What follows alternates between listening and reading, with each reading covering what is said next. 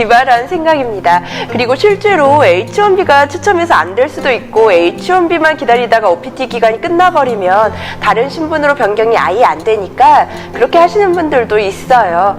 하지만 이민법에서 외국인은 미국에서 하나의 신분만 가질 수 있는 것이 원칙입니다. H1B면 H1B만 되지 H1B와 O1을 동시에 가질 수는 없다는 의미예요.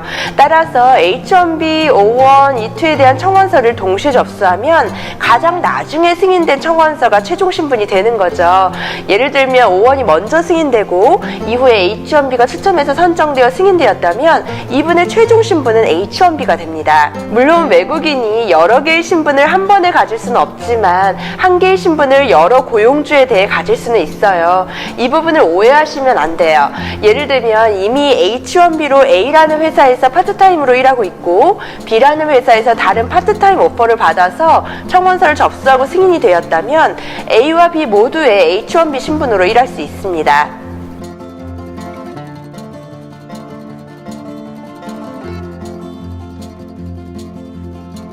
그런 것은 아니에요. 비록 3월 31일까지 학위나 자격증을 실제로 손에 쥐지 않았더라도 학위나 자격증을 취득하기 위해 필요한 모든 조건을 충족시켰고 이를 증명하는 내용을 청원서에 포함하면 인민국은 문제 삼지 않습니다.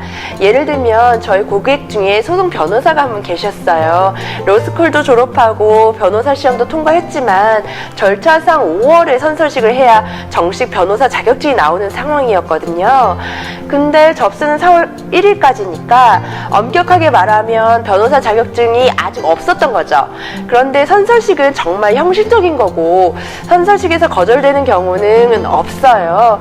이 케이스에서는 이미 모든 시험을 통과했고 선서가 5월에 예정되어 있음을 증명하는 서류를 제출했고 전혀 문제가 없었습니다.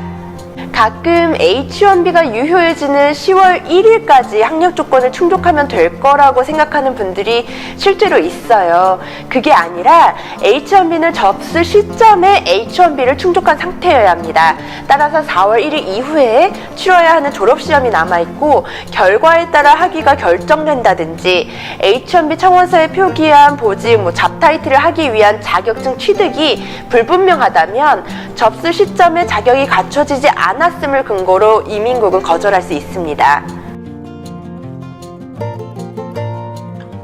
만약 한 고용주가 동일한 H1B 수혜자에 대해 여러 개의 청원서를 접수하면 이민국은 모두 거절합니다. 다른 고용주를 통해 여러 개의 청원서를 접수하는 것은 착각하시는 분들이 많이 있어요. 사실 예전에는 전혀 다른 여러 개의 고용주가 동시에 한 명의 외국인에게 H1B 청원서를 접수할 수 있었거든요. 그래서 그 방법으로 추첨 확률을 높이기도 했었어요. 하지만 2018년 초에 이민법원에서 관련 판결이 있었고 판결에 따라 관계사가 동일한 외국인에 대해 거의 비슷한 보직으로 청원서를 여러 개 접수하는 경우 합법적 필요가 없다면 청원서 전부를 거절하거나 승인되더라도 취소하는 것으로 최종 결정되었습니다. 여기에서 중요한 점은 관계사의 정의예요.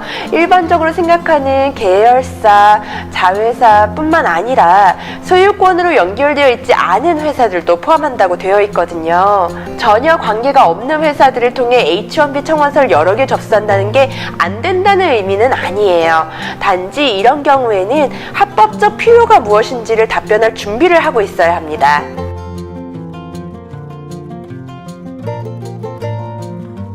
고용주나 변호사의 발송 오류로 인한 배달 사고는 해결 방법이 없어요.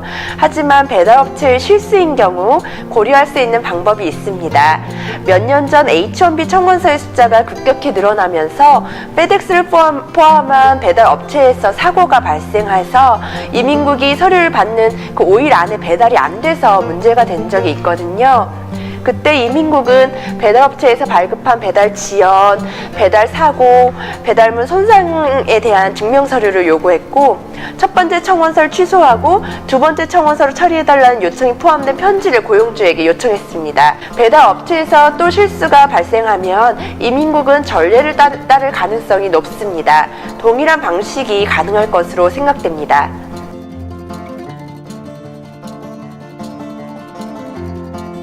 그렇지는 않습니다. 저도 케이스를 하다 보면 이게 증명은 안 되는데 희한하게 프리미엄 프로세스를 신청한 케이스는 추첨해서 선정되는 경우가 많은 거예요.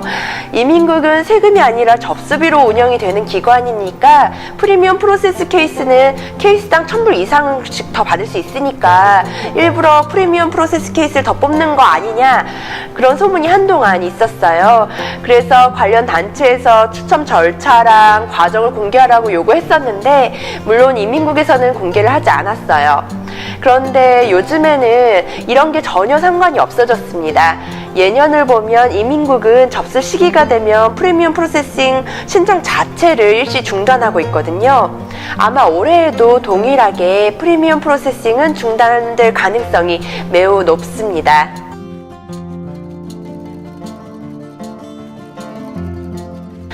가장 안타까운 경우예요. 있어서는 안 되는 일이지만 아주 드물게 발생하는 것 같습니다.